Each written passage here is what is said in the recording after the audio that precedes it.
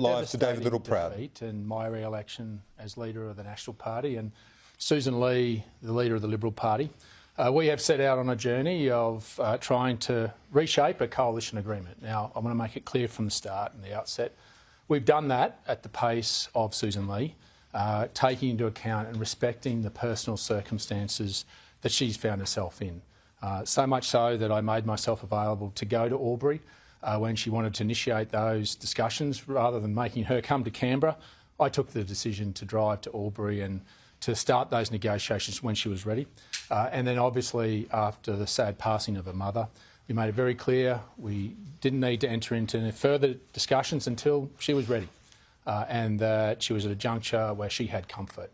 And my thoughts are still with Sussan and her family for the loss of Sussan's mother, and it's important that that was respected all the way through.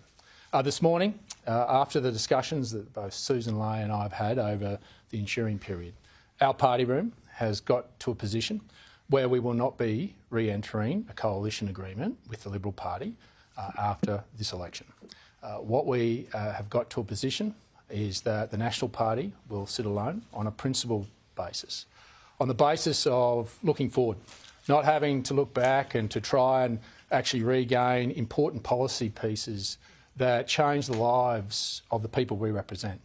It's on a principled position of making sure that those hard-fought wins are maintained and respected, and we continue to look forward. We look forward to what else we can do as a party and as part of an opposition now that can shape the lives of regional Australians for the better.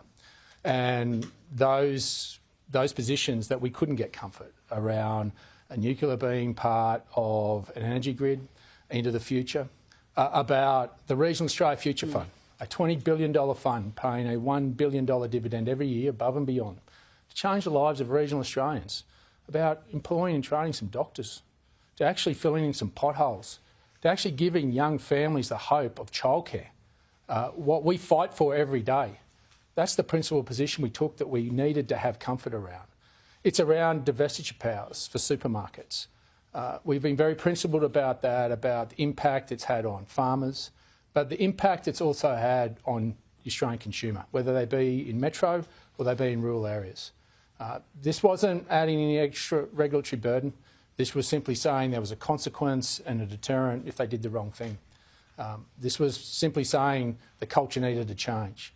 And this is also about reform to the universal service obligation, to extend it to how technology has evolved, to cover those over 1,500 mobile phone towers that were built under the coalition, because these are tools of trade that people in regional Australians need every day.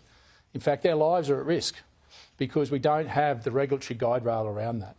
And what we are saying is that what we secured in the former coalition are policies that should remain. We don't want to have to look back and to waste energy on trying to re-prosecute the case. We should be continuing to look forward.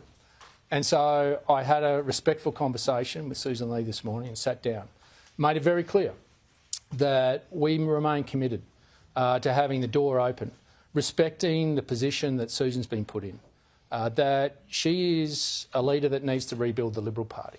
They are going on a journey of rediscovery, and this will provide them the opportunity to do that without the spectre of the National Party imposing their will, but setting clear boundaries and parameters about what's important to us, about what we achieved as a coalition in the last 3 years.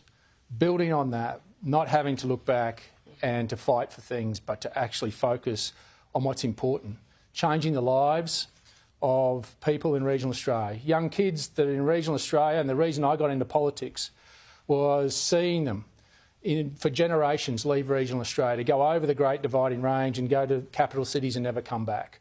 I got into politics to bring them home, to keep them home. And I don't want to have to go back and fight to get what we need to make sure I give the opportunity to the people we represent. And I respect the principled position that Sussan is in, and she needs to go through a process, and I want to give her that time.